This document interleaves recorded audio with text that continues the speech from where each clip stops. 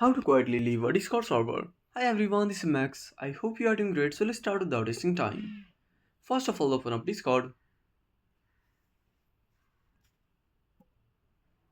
Now at the bottom right corner, now tap on Edit Profile. Now click on Server Profile.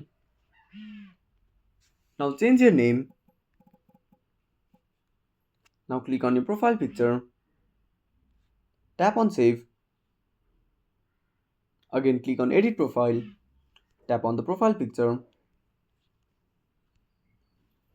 Now tap on Change Avatar. Now select Photos. Now upload any other photo. Tap on OK. Click on Save. Now you can leave the server without others knowing. Now tap on the server and tap on leave. So that's it. If you found this video helpful, smash that like button and subscribe our channel for more awesome content. Have a burning question or suggest a topic? Drop down a comment below. This is Max signing off until next time.